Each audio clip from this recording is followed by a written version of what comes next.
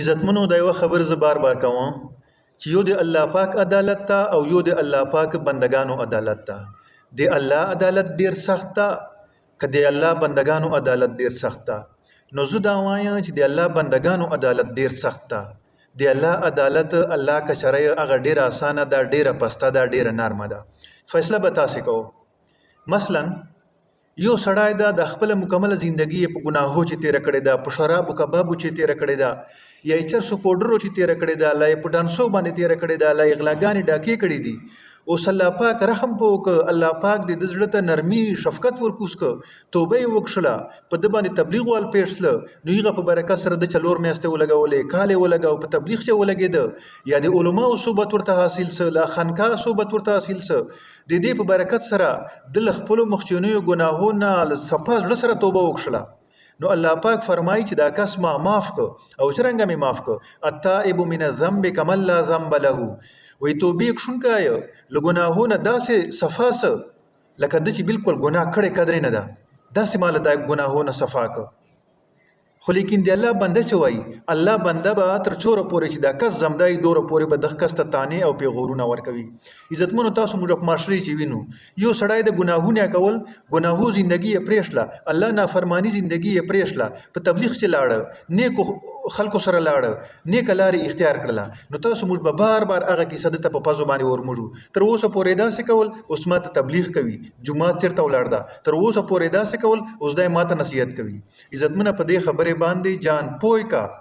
چې کچېرې دغه کس چې د پسید کېدل سره له ګناهونو توبه وکښله، که د تا تانو د تا پیغورولو وجې نه دی هغه زاړه ماحول ته واپس لاړه، چرسي سه، پوډري سه، غل هغسې له جوړ سو، ډاکو سه، سندرې ویلې، شعر و شاعري یې کوله، په د هر عمل چې به تا پوره عیسائی ورسره. ته ولې پیغور ورکوي؟ ولې تانې ورکوي؟ تا څه ده؟ د الله بنده ده، الله رحمت په وکړه، الله فضل مهرباني په وکړه، الله پاک معاف کړه، نو ته دا مهرباني وکړه چې پیغورونه مه ورکوه، ته یې مزید اوس معاف کړه.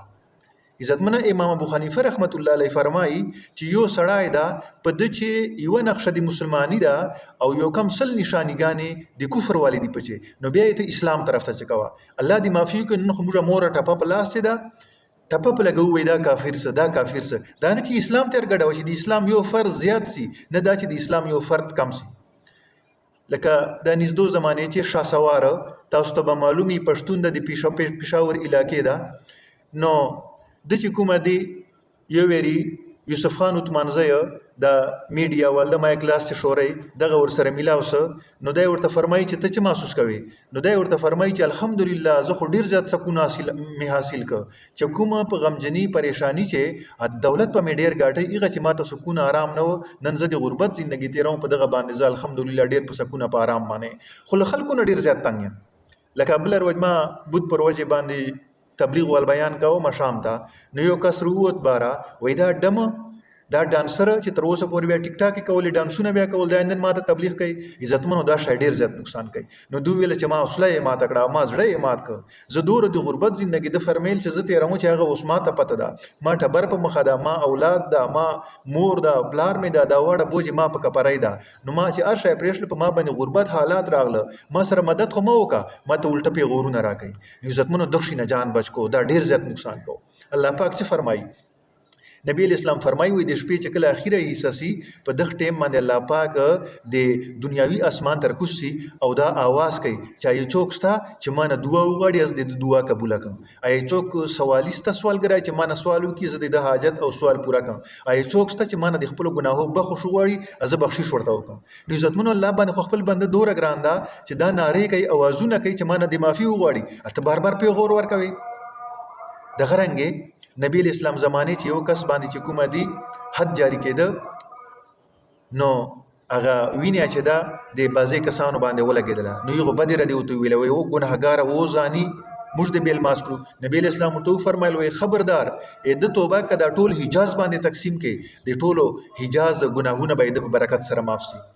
عزتمنو الله پاک خو د خپل بنده ګناهو ته بهانه غواړي، معاف کوي او ته پیغورونه په ور کوي. لدغ شینه پښتانه جان بچکا، دا پښتانه ته چې دا بیماری ډیره زیاته ده، په خپل باندې هم پښتون یا ته پنجابای نه یا بل زبان وال نه یا سیندا نه یا اته ته دا خواست کوم چې ته لدغ شینه جان بچکا.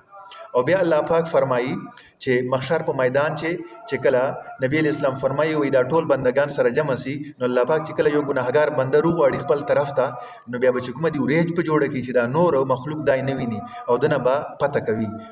الله پاک باندې دور د خپل بندګران دا چې نور مخ چې پرده نشکاروي ورېج په د باندې جوړ کړه چې چوکي ویني نه او ته چې سلوک سره کې دی الله بنده سره په الله باندې د خپل بنده چور زیات ګران ده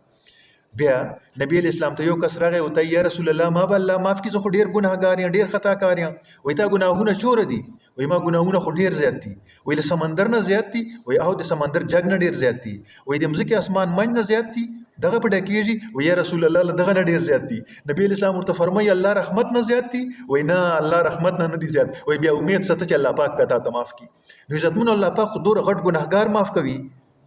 او تا موږ د الله بنده نه معاف کوو تا موږ به دغه څه کیسه په پزو باندې ورموږ دغه څه به پیغورونه ورکو نو خدای دې پاره خلق له اسلام نه باسو ما اسلام تر ګډو په مخچینو ګناهو باندې پیغور مو ورکو تان مو ورکو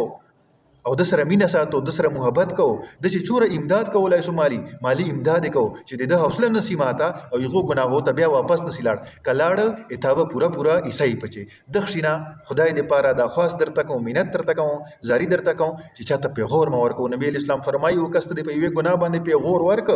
تر چوره پورې چې هغه کیسه پتا باندې نه راغله هغه ګناه لته نه خطلې چې په کومه ګناه دې پیغور ورک تر دوره پورې په پتا باندې مرګ نشي راي